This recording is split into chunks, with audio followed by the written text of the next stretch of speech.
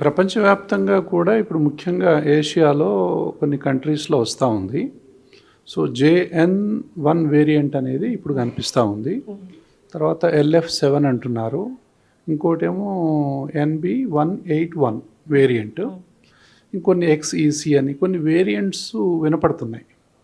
ఈ వేరియంట్స్‌లో ఏ వేరియంట్ బలం పుంజుకుంటుంది, ఏ వేరియంట్ ఫాస్ట్‌గా స్ప్రెడ్ అయ్యిద్ది, ఏ వేరియంట్ వల్ల ఎక్కువ ప్రమాదం జరుగుద్ది అనేది కాలమే చెప్పాలి.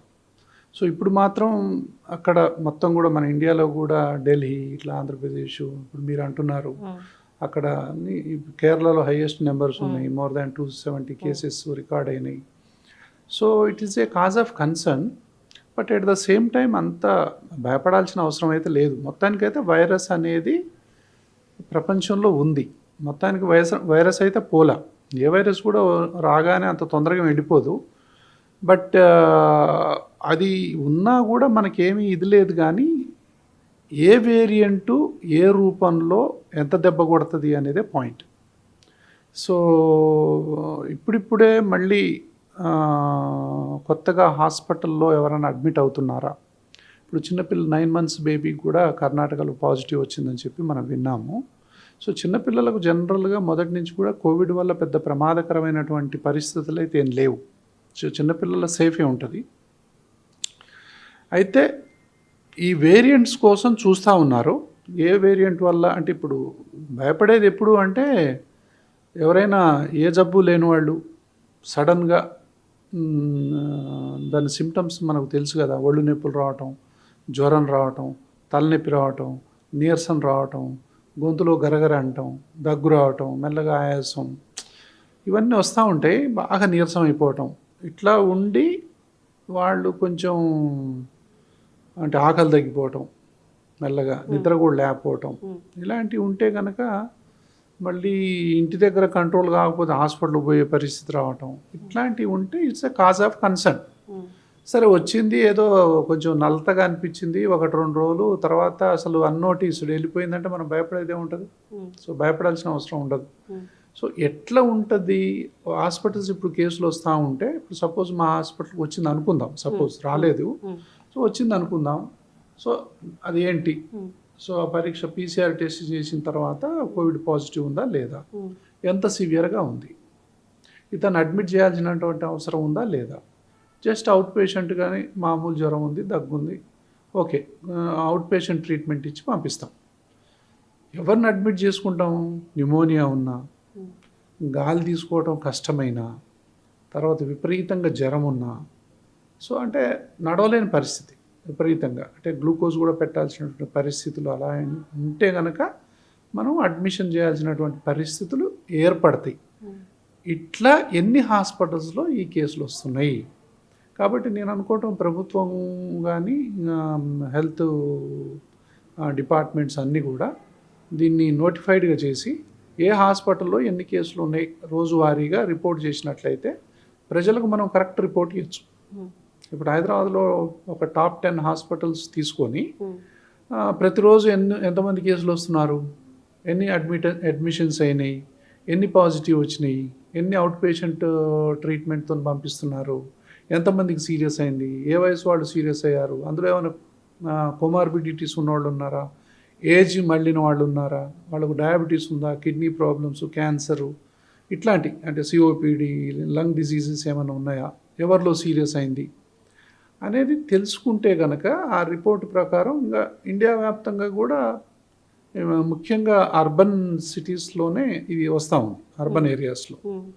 కాబట్టి అక్కడ టాప్ 10 హాస్పిటల్స్ మనం డేటా కనుక తీసుకున్నట్లయితే ప్రభుత్వం, సో జనరల్గా ఒక 10-15 రోజుల్లోనే మనకు వచ్చేస్తుంది ఎట్లా ఉంది, ట్రెండ్ ఎట్లా ఉంది. సో 100 మందికి వచ్చింది, 100 మందిలో ఒక్కళ్ళు కూడా సీరియస్ కాలేదంటే ఏం భయపడతాం? భయపడాల్సిన అవసరం ఉండదు కదా. సో 100 మందికి వచ్చిర్రు, అందులో 5 సీరియస్ అయ్యారంటే ఎవరికైనా ఆటోమేటిక్ భయం అయితే. మరి ఇప్పుడు ఎట్లా చెప్పాలి దాన్ని? సో ఎక్కడైనా ఎవరైనా రిపోర్ట్ చేస్తేనే కదా చెప్పేది. ఇప్పుడు ఎక్కడ అది ప్రపంచవ్యాప్తంగా ఎవరైనా సరే ఏ కంట్రీలోనైనా ఫలాని పేషెంటు ఇంతకుముందు ఏం జబ్బు లేదు, కోవిడ్ అని పాజిటివ్ వచ్చింది, ICUలో అడ్మిట్ అయ్యాడు, సో దానికి సడన్గా ఇట్లా అయిపోయాడంటే ఎవరికైనా కొంచెం భయం అవుతుంది. సార్ మనం చూసినట్లయితే ఈ కోవిడ్ కోసం వ్యాక్సిన్స్ కూడా వాడాం. కోవిడ్ వ్యాక్సిన్ అని, బూస్టప్ అని. మరి వ్యాక్సిన్ వాడాక ఈ కరోనా వైరస్ అని చనిపోలేదు, అది అలాగే ఉండిపోయిందా? ఇప్పుడు ఇన్ఫ్లుయెన్జా వైరస్ తెలుసా అమ్మా మీకు? 1990 నుంచి మానవ జాతిలో అలాగే ఉంది. అవును సార్. ప్రతి సంవత్సరం వ్యాక్సిన్ వేయాలి దానికి. సో ఇప్పుడు ఇంకోటి ఏంటంటే 65 సంవత్సరాలు దాటిన వాళ్ళకైతే 6 నెలలకు ఒకసారి వేయాలి. ఓకే. ఇప్పటికి కూడా మరి ఇన్ఫ్లుయెన్జా మరి అప్పుడు వచ్చింది కదా సార్, ఇంకా మరి ఎందుకు పోలేదు సార్ అంటే దానికి ఏం చెప్పలేము. అంటే తన రూపాన్ని మార్చుకుంటూ ఉంటుంది, జెనెటిక్ కోడ్ని చేంజ్ చేసుకుంటూ ఉంటుంది. కాబట్టి దాన్ని బట్టి మనం వ్యాక్సిన్స్ అనేది ఇప్పటికి కూడా ఇన్ఫ్లుయెన్జా వైరస్కి ఇస్తూనే ఉన్నాం. సో కోవిడ్ కూడా తన వేరియంట్స్ని మార్చుకుంటూ ఉంది. సో మార్చుకుంటూ ఎన్ని సంవత్సరాలు ఇది మానవ జాతిలో ఉంటుంది అనేది ఎవరికి తెలియదు. సో ఇది ఒక novel virus. So first time వచ్చింది కదా, సో 19లోనే వచ్చింది కాబట్టి దీని బిహేవియర్ ఎట్లా ఉంటుంది, ఇది ఇంకెన్ని సంవత్సరాలు ఉంటుంది, ఓ దశాబ్దం ఉంటుందా, మరి 2-3 దశాబ్దాలు ఉంటుందా, ఇది సంవత్సరం వస్తుందా, లేదా 2-3 ఏళ్లకు ఒకసారి వస్తుంటుందా అంటే సైకిల్స్, దాని బిహేవియర్ని గమనిస్తారు. సో ఆ బిహేవియర్ని బట్టి మనం ఏదైనా జాగ్రత్తలు తీసుకోవాల్సినటువంటి అవసరం ఉంటుంది. అంటే ఇదేంటి, ఇప్పుడు మే జూన్ నెలలో ఇది ఈసారి వచ్చినట్టుగా అనిపిస్తుంది. ఒకప్పుడేమో ఎక్కువ డిసెంబర్లో అట్లా వచ్చినట్టుగా, వింటర్ సీజన్లో, రైనీ సీజన్లో వస్తుంది. సరే, అయితే ప్రస్తుతం ప్రజలు భయపడుతున్నారు అంటే ఆ 2019-20 ఎఫెక్ట్ ఏమన్నా ఉంటుందా అంటే భయంతో వచ్చే అవకాశం ఏమన్నా ఉందంటారా? భయం దేన్నైనా కూడా ఇమ్యూనిటీని తగ్గిస్తుంది. సో అనవసరమైనటువంటి మీడియాలో చూసో, లేకపోతే సోషల్ మీడియాలో చూసో, సో భయంకరమైనటువంటి హెడ్డింగ్లు పెట్టేసి, సో వచ్చేస్తుంది అంటే జనం ఆ భయాన్ని ఇదైపోతారు. సో అంత భయపడాల్సిన అవసరం లేదు. ఎవరైనా సరే డేటాని బట్టే, data is the power, information is the power. ఇన్ఫర్మేషన్ని బట్టి 100 మందిలో ఒక్కళ్ళు కూడా సీరియస్ అవ్వలేదు అంటే భయపడేది దేనికి? ఇంకా 100 మందిలో 10 మంది సీరియస్ అయ్యారు అంటే మనకు తెలుస్తుంది కదా. అప్పుడు మనం జాగ్రత్తలు, Covid appropriate behaviour, virus appropriate behaviour, then it is a cause of very severe concern. మనం అందరికి కూడా కాజ్ ఆఫ్ కన్సర్నే, డాక్టర్లకు, దాని తర్వాత ప్రభుత్వాలకి, ప్రజలకి, అందరికీ కూడా అది అంత మంచి న్యూస్ ఏం కాదు కదా. సో అట్లాంటప్పుడు ఏంటంటే అది వస్తుందా రాదా అనేది వేచి చూడాలి. సో అట్లాంటి సూచనలు ఇప్పుడైతే ఏం కనపడట్లా ప్రపంచవ్యాప్తంగా.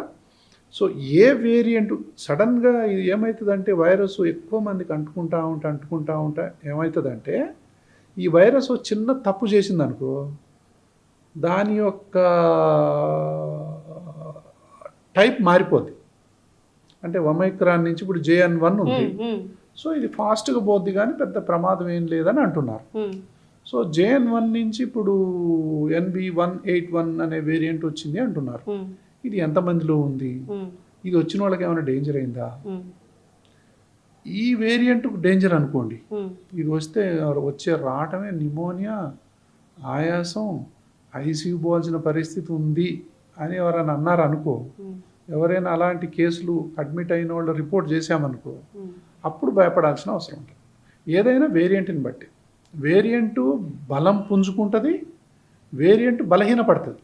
అంటే తుఫాన్ లాగా తీరం చేరే కొద్దీ ఒకటి కొన్ని బలం పుంజుకుంటాయి, కొన్ని తీరం తాకే కొద్దీ బలహీనం అయిపోతుంటాయి. సో ఈ వైరస్ టైప్స్ కూడా అంతే, కొన్ని బలం పుంజుకొని శరవేగంగా పోయి హార్డ్గా కొడుతుంది, అది డెల్టా వైరస్ లాగా. ఒమైక్రాన్ అంటే శరవేగంగా వస్తుంది కానీ తీరం దాటక ముందే పెద్దగా ఎఫెక్ట్ ఏం చూపించదు. సో అప్పుడు అందరూ ఊపిరి పీల్చుకుంటారు కదా.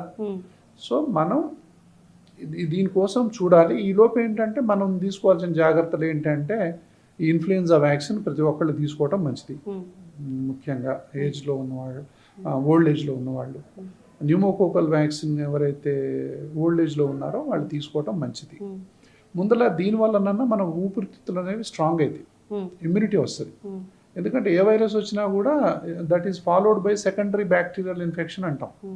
అప్పుడు మనకు కష్టం అవుతుంది. సో ఈ వ్యాక్సిన్ తీసుకున్నాం అనుకోండి, కొంచెం అందరం కూడా చాలా ఇదిగా ఉంటాం. దాని తర్వాత ఏ కొమార్బిడిటీ ఉన్నా, అది పిల్లలు కానీ, మధ్య వయసులో ఉన్నవాళ్ళు కానీ, పెద్దవాళ్ళు కానీ. సో వ్యాక్సిన్ తీసుకోవటం ఒకటి, కోవిడ్ అప్రోప్రియేట్ బిహేవియర్ ఒకటి, జనాల్లోకి ఇంకా అన్నీ మనకు తెలుసు కదా, జనాల్లోకి వెళ్లకుండా ఉండటం, ఫంక్షన్లో వెళ్లకుండా ఉండటం, ఇవన్నీ మళ్ళీ చెప్పటానికి కూడా చాలా చిరాకు ఉంది, ఇది వినటానికి కూడా కొంతమందికి చిరాకు ఉంటుంది. ఇది చెప్పి వాళ్ళు విని ఈ కరోనా వినకుండా ఉంటే బాగుండు, ఈ కరోనా ఆ పేరు వస్తేనే మాకు కంపరం పుడుతుంది, కరోనా అంటే కంపరం అనే పరిస్థితి ఉందిరా. దాని ఈ కరోనా గురించి మాత్రం చెప్పండి సార్, మీరు ఇంకేదన్నా చెప్పండి అన్నట్టుగా ప్రజల మూడు ఉంది. మళ్ళీ అట్ ద సేమ్ టైం ఏందో మళ్ళీ వస్తుంది, ఇది మళ్ళీ ఏం చేస్తుందో అనే భయం ఒక పక్క ఉంది. కాబట్టి ఇప్పుడు మనం సందేహం అనేటటువంటి దాంట్లో అబ్జర్వ్ చేస్తున్నాం. ఇట్ ఈస్ అబ్జర్వేషన్ పీరియడ్ ఇది. సో సీరియస్గా అబ్జర్వ్ చేసుకుంటా ఎవరిలో సీరియస్ అవుతుంది, ఎవరిలో కాదు అనేది అబ్జర్వ్ చేసుకుంటా ప్రజల్ని హెచ్చరించాల్సినటువంటి అవసరం ఉంది. ఇప్పుడు ఆంధ్రప్రదేశ్లో ఆల్రెడీ హెచ్చరిస్తున్నారు. కొన్ని గవర్నమెంట్స్ అన్నీ కూడా బెడ్స్ తయారు చేసుకోండి, ఆక్సిజన్ తయారు చేసుకోండి, మళ్ళీ వ్యాక్సిన్లు కూడా తయారు చేసుకోండి అని చెప్పి ప్రభుత్వాలు కూడా ఆల్రెడీ ప్రజలకి అంటే హెచ్చరికలు మెల్లమెల్లగా పంపిస్తున్నారు. సో అవి కూడా ఎప్పుడు పంపిస్తారు, ఎవరైనా సీరియస్ అయితే కొంచెం సీరియస్ వార్నింగ్ ఇస్తారు. కాబట్టి మన అందరం కూడా మీడియా కానీ, డాక్టర్లు కానీ, ప్రభుత్వాలు కానీ, ప్రభుత్వ అధికారులు కానీ, సో ముఖ్యంగా మెడికల్ ఫీల్డ్లో ఉన్నటువంటి ఈ డాక్టర్సు, ఆ ప్రభుత్వం ఆధ్వర్యంలో ఉన్నటువంటి డాక్టర్సు దీని యొక్క ట్రెండ్స్ని గమనిస్తున్నారు. గమనించి ప్రజల్ని ఏ విధంగా హెచ్చరించాలి అంటారు కదా. ఇప్పుడు సముద్ర తీరంలో 1వ, 2వ, 3వ హెచ్చరిక, 4వ హెచ్చరిక ఉంటాయి కదా. సో అట్లా ఏ హెచ్చరిక చెయ్యాలి, ఇప్పుడు అనవసరంగా ఏం లేనప్పుడు 4వ హెచ్చరిక చేస్తే ఎట్లా, అవునా? చాలా తీవ్రంగా ఉన్నప్పుడు 1వ హెచ్చరిక చేస్తే ఎట్లా, 2 తప్పే అవుతాయి. కాబట్టి ప్రభుత్వాలు కూడా చాలా ఇన్పుట్స్ని తీసుకుంటున్నాయి. సో డాక్టర్స్ కూడా, ప్రభుత్వ డాక్టర్లు కూడా చాలా కీన్గా అబ్జర్వ్ చేస్తున్నారు. సో దీన్ని ఇండియా వైజ్ కూడా దీన్ని కీన్గా అబ్జర్వ్ చేస్తున్నారు. అబ్జర్వ్ చేసుకుంటా ఏం జాగ్రత్తలు తీసుకుంటారు, ప్రజలకు ఏం చెప్తారు అనేది మనం చూడాలి. ప్రపంచవ్యాప్తంగా ఏషియన్ కంట్రీస్ నుంచి ఎలాంటి సమాచారం వస్తుంది, ఇప్పుడు సింగపూరు, చైనా, ఇప్పుడు థాయిలాండ్, సో జపాను, వీటిల్లో ఏంటంటే వాళ్ళు చాలా స్ట్రిక్ట్ మెజర్స్ తీసుకున్నారు అప్పట్లో. వాళ్ళు బాగా లాక్డౌన్లు అవి ఇవి, చైనా అయితే ఉక్కుపాదంతో అణచేసింది. సో దానివల్ల ఇది ఎవరినైతే టచ్ చేయలేదో టచ్ చేసి కానీ పోదా అనేది మనకు తెలియదు. సో అందుకే ఉన్న ర్యాంపెంట్గా అక్కడ కేసులు పెరుగుతున్నాయా, ఈ పెరిగే దశలో ఒక ప్రాబ్లం ఉంది. ఇప్పుడు మైక్రాన్ ఉంది, మామూలుగా ఫాస్ట్గా పోతుంది కానీ డేంజరే ఉండదు. ఎక్కువ మంది జనాల్లో పోయి ఒకళ్ళ నుంచి ఒకళ్ళకి ఇట్లా లక్షల మందికి మారుతూ ఉంటే ఏమైందంటే దాని యొక్క వేరియంట్ మారిపోద్ది. ఆ వేరియంట్తో భయం, అప్పుడు సడన్గా దాని విషపు కూరలు తలిగించుకొని సో బలంగా కాటేసే అవకాశాలు కొన్ని వేరియంట్స్ ఉంటుంది. ఇప్పటి వరకు అయితే అలాంటివి లేవు, బట్ ఫ్యూచర్లో మనం అందరం జాగ్రత్తగా గమనించాలి. వచ్చే నెల జూన్ నుంచి స్కూల్స్ స్టార్ట్ అవుతున్నాయి, కాలేజ్ స్టార్ట్ అవుతున్నాయి. పిల్లలు కావచ్చు, యూత్ కావచ్చు, ఎలాంటి జాగ్రత్తలు తీసుకొని ముందుకెళ్ళాలి సార్? ఇది ఇప్పుడు ఇంకొక 10-15 రోజుల్లో అన్నీ స్టార్ట్ కాబోతున్నాయి. మీరు మంచి ప్రశ్న అడిగారమ్మా. సో ఈ 10-15 రోజుల్లో మనకి ఇన్ఫర్మేషన్ వస్తుంది. మరి స్కూల్స్కు పంపాలా వద్దా, మరి కాలేజీలో పోవాలా వద్దా, అసలు ఫంక్షన్లు కూడా అసలు చేసుకోవాలన్నా వద్దా, ఇప్పుడు మళ్ళీ ఈ ట్రావెల్ రెస్ట్రిక్షన్స్ ఏమైనా వస్తాయా, మరి ఎయిర్పోర్ట్స్లో నుంచి మళ్ళీ ఎట్లాంటివి వస్తాయి. సో ఇవన్నీ కూడా మనం, వర్షాకాలం వస్తుంది, దాంతోపాటు రకరకాల జ్వరాలు వస్తాయి, ఇన్ఫ్లుయెన్జా ఉంటుంది, దాని తర్వాత అలర్జీ ఆస్తమాలు పెరుగుతాయి, దాని తర్వాత మలేరియా జ్వరాలు వస్తాయి, డెంగ్యూ జ్వరాలు వస్తాయి, తర్వాత ఎన్నో రకాల వైరస్లు ఉన్నాయి, ఇంకా చాలా వైరస్ల వల్ల అన్నీ ముందర ఫస్ట్ 2 డేస్ అలాగే ఉంటాయి. జ్వరం ఉంటుంది, తలనొప్పి ఉంటుంది, ఒళ్ళు నొప్పులు ఉంటాయి. సో ఇట్లా ఉన్నాయనుకోండి, ఇది ఇన్ఫ్లుయెన్జానా, ఇది కరోనానా, ఇది అలర్జీ వల్ల వచ్చిన అలర్జిక్ రైనైటిస్ హే ఫీవరా, లేకపోతే ఇది మలేరియా ఫీవరా, దాని తర్వాత అంటువ్యాధులు కూడా వస్తాయి, టైఫాయిడా, దాని తర్వాత ఏది, దీన్ని డిఫరెన్షియేట్ చేయడం కూడా ఒక్కోసారి చాలా కష్టమవుతుంది. అలా తొందరపడి మనం రాంగ్ డయాగ్నోజ్ చేసి చూసిన కేసుల కరోనా అన్నా కూడా తప్పే. అవునా? అవును సో కరోనా కేసులను పట్టుకొని ఇంకో కేసు అన్నా తప్పే. అవును కాబట్టి క్లియర్గా దీన్ని అబ్జర్వ్ చేయాల్సినటువంటి అవసరం ఉంది. సో పీసీఆర్ టెస్టులు అవన్నీ పెంచేసి కరోనా టెస్టింగ్ అనేది పెంచుకొని సో ఒక కేసుని క్షుణ్ణంగా పేషెంట్కి ఎవరికైతే మనకు అనుమానం ఉంటుందో క్లినికల్గా, సో ఇంట్లో ఎంతమంది ఎఫెక్ట్ అయ్యారు, ఏ కాలనీలో ఎఫెక్ట్ అయ్యారు, సో ఏ ప్రయాణం చేసి వచ్చారా వీళ్ళు, ఏమైనా ఊర్లో పోయి వచ్చారా, విదేశాల నుంచి వచ్చారా, పెళ్ళిళ్ళకి ఏమైనా పోయారా, సో కేరళ నుంచి వచ్చారా, ఎక్కడి నుంచి వచ్చారు వీళ్ళు, చైనా నుంచి వచ్చారా, సింగపూర్ నుంచి వచ్చారా అనే దాన్ని బట్టి, వాళ్ళ హిస్టరీని బట్టి, ఆ యొక్క పీసీఆర్ టెస్ట్ రిపోర్ట్ని బట్టి, ఆ కేసు సివియారిటీని బట్టి మనం ప్రజల్ని హెచ్చరించాల్సినటువంటి అవసరం ఉంటుంది.